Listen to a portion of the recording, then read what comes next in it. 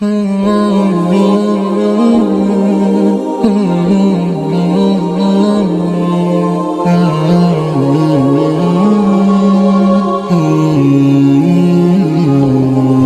ayah hiji murid bebeja ka guru nama mama ulan abdi mah ieu teh teu daekeun hebat bae ibadah ti penting teh teu daekeun hudang teu daekeun tahajud ti penting. Oh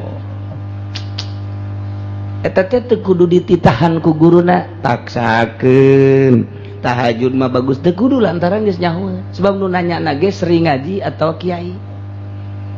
Tah berarti naon tah cek guruna, berarti nu encan aya ge kayakinan di jero hatena. Ieu mah kudu dibere kayakinan sebab nyahoeun tahajud teh ieu teh kitu ganjaranna pohara, tafakur teh pohara ganjaranna, muraqabah teh pohara ganjaranna, maca Quran ti penting teh pohara. Atuh lain teh jaeun ja kitab kunyana geus diwawalkeun ka jero hatena, dibabawa kunyana baheula teh kitab teh ngan kuari bae diganti ku map, barang asup Golkar kuari beda ya, barang jadi MUI kuari jadi lain deui. Tapi eta nyana bebeja ka guruna, ulah dicaritakeun ganjaran tahajud geus nyahoeun, ulah dicaritakeun kahebatan tahajud lantaran geus nyahoeun. Ieu mah nu can aya ge kayakinan. Geus cek guruna teh bisa sia cicing heula di dieu. Lamun sia teu bisa moal naik-naik kudu cicing heula tuh di dieu jeung mama. Sabaraha poe mama? Atuh henteu aya target kos kieu mah. Datang ka sia daek tahajud bae. Jipan kitu amat mah atuh ieu mah ja aing mah ka sia teh geus pan sia teh geus masantri di dieu 10 mun aya 15 tahun mah atawa geus ngaji di mamana nganu encan teh ilmu yakin. Geus ku mama dek dibere ilmu yakin. Ilmu yakin mah atuh kudu nuturkeun, teu bisa teu nuturkeun mah. Henteu bisa. Lamun teu nuturkeun moal boga kayakinan. Sang kirang kiai hebat jasa ilmuna teu nuturkeun moal boga kayakinan. Ja kayakinan mah ayana nuturkeun guru. Mutabah leuh syekh kakarak ge bakal boga yakin. Lamun sia teu daek nuturkeun moal boga yakin datang ka mamana. Wirid ku sia Quran, wirid ku sia zikir, tapi sia teu nuturkeun moal boga yakin. Mun sia aya waktu tuturkeun mama. Ayo atuh tuturkeun. Sare ti penting es bareng yang mama es udang jam hiji udang diudangkeun ku mama salat 2 rakaat es deui ngan 2 doang mah 2 doang geus loba omong sia 2 bae es deui geus es deui jang naon sia tahajud ge loba tapi teu boga kangeunahan mah naon hartina atuh mending 2 bae heulanan ieu jang ngeunaheun nuturkeun guru mah nya. Masuk maksa-maksakeun di imah mah. Wah, maksa-maksakeun capek ibadah kos kitu mah. Isukna SD. Jeung hiji diudangkeun deui 2 rakaat deui kan mah. Aduh. 2 rakaat deui bae loba-loba. 2 rakaat mah ngeunaheun. Deuk 4 bae ulah. 2 bae heula mah. Potongan sia mah kos itu 2. SD bae. Sebab sia mah HS jeung salat hebatan ya mah salat ngalamun pan sia mah Allahu Akbar sekupi koneng mantap saknya teh bareubeu teh waduh kos kitu kan heueuh mama 2 bae sebab sia mah salat sia mah eta doraka sia mah istighfar teh doraka ka Gusti Allah salat teh sia mah nyeun doraka dudu naon salat teh nyeun doraka teh eta lamun kadengin nu ku kekarak salat mah paneta pan kitu amat nya. Pani mah tahapan lain deui deuk ngayakeun yakin. Jadi lain deui kudu kakarak mimitian salat beda ieu mah geus beuki salat mah ngan encan boga yakin kita nuturkeun heula. Geus meunang sababaraha poe kakarak tengah peuting teh diomong. Lain salatna nu penting mah ceng berpikir da sia. Lamun urang ti peuting teh HS ai HS teh akur jeung nu paeh. HS eta adalah akur jeung nu paeh ceuk ahli tarekat. Geus lamun sia HS ti peuting sia teh keur paeh berarti. Kuari senang henteu sia cak malaikat teh diomong tuh. Si itu mah di jero kamarna paeh. seneng terus jadi omong gitu ku malaikat itu embung lamun embung hudang bae ulah salat hudang bae abeh cak malaikat tuh hirup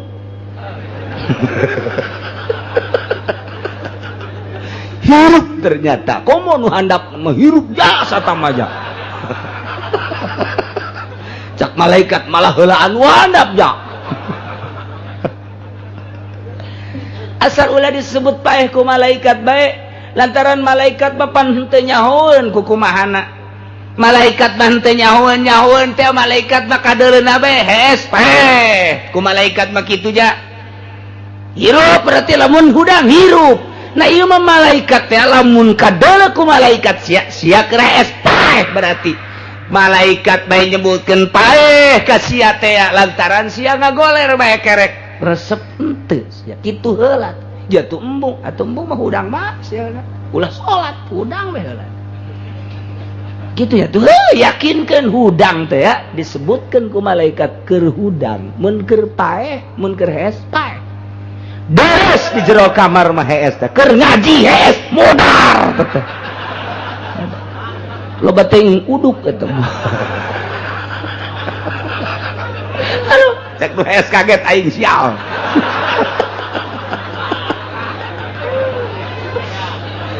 Masya Allah tah lalaunan heulanan hudang pikiran teh lain ka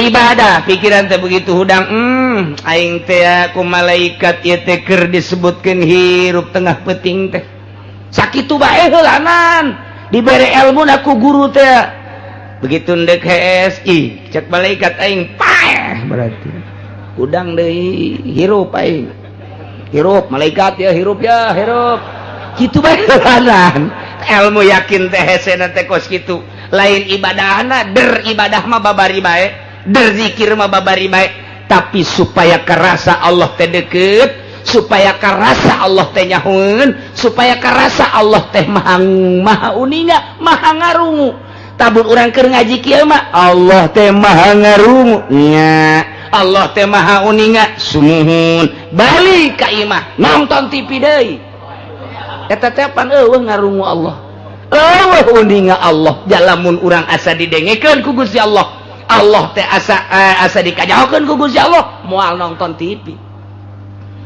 moal tanu mantak eta teh nonton TV iya maksiat yang nu sejana eta teh karena boga rasa teh didelekeun ku Gusti Allah jeung teh didengekeun ku Gusti Allah padahal walahu ma sakana fil laili wan nah wa huwas samiul alim ku ari mah geus bisa penting teh asa di hudang asa hudang bae cek malaikat hudang cek guruna teh mun maneh hudang Allah nyarita ka malaikat ya malaikati unzuru ibadi deuleu ku maneh hamba-hamba kaula tuh nu di kamar nu keur hudang tuh nu di kamar di masjid di musola tuh nu di gunung tuh nu di leuweung nu harudang deuleu unzuru ya malaikati unzuru ibadi deuleu ku maneh nu harudang cek malaikat entos katigali ku abdi nu harudang tah cek Gusti Allah aing deuk mere rahmat ka jalema nu hudang ti peuting rahmat eta teh bakal karasa kunyana asa deukeut jeung aing asa ngadenge asa didengekeun jeung asa dikanyahokeun bagi jelema nu sok hudang wahai malaikat bawa ye rahmat aing dibawa ku malaikat ka jero kamar trok Assalamualaikum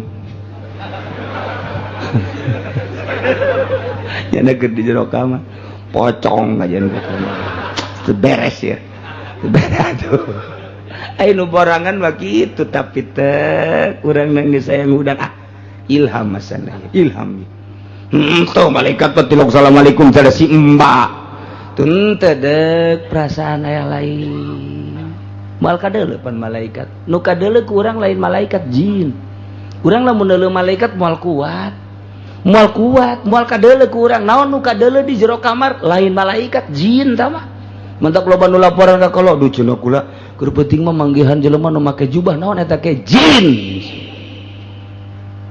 banyak kiai malaikat tajin jin moal kuat potongan sian dulu malaikat moal kuat kakarak dari orang Karawang guys yang geus teu kuat kumaha dulu malaikat kuat wal gitu lain jin tambah jin yakinkeun jin sing ade ulah pajar malaikat sombong sia jin moal malaikat mangkeset datang perasaan lain deui kok ieu suasana sengit atawa plong eta lah malaikat keur nurunkeun lain deui nyulusup ka jero awak ngeunaheun perasaan mulai salat eta hampang Allahu akbar asa didelekeun ku Allah asa didengekeun ku Allah Allahu akbar ku ari mah geus boga perasaan tah nah iyalah guruna geus nyahoeun lantaran guruna mursyid lain haji mursyid panggil isuk-isuk ku guruna ceng dia ceng kira balik cek balik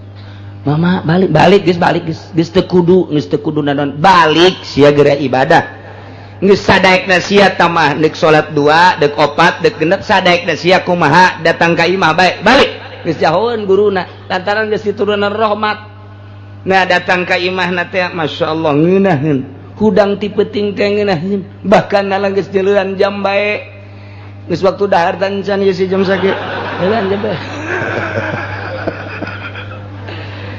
jam 9 jam 10 aing kudu hes antara jam 12 kudu hudang nyanda teh geus nikmat jasa teh hudang jam 1 atawa jam 2 teh bae hudang ngeunaheun jasa Allahu akbar asa jeung Allah setiap urang ngomongkeun Allah teh ngadenge Allah teh uninga urang keur nyebut Allah teh urang keur nyebutkeun Allahu akbar Allah ngadenge ngeunaheun jasa Allahu akbar Allah ku ari mah geus sadaekna salat teh Allahu akbar geus tadi itu mungkin 2 mungkin 4 mungkin 6 mungkin 10 mungkin geus teu karasa ngeunaheun jasa lantaran geus aya yakin nah iyalah sami'na Allah karasa ku awak urang alimna Allah karasa ku urang geus urang teh asa dina lautan sama Allah lumpat ka mana bae asa di lautan sama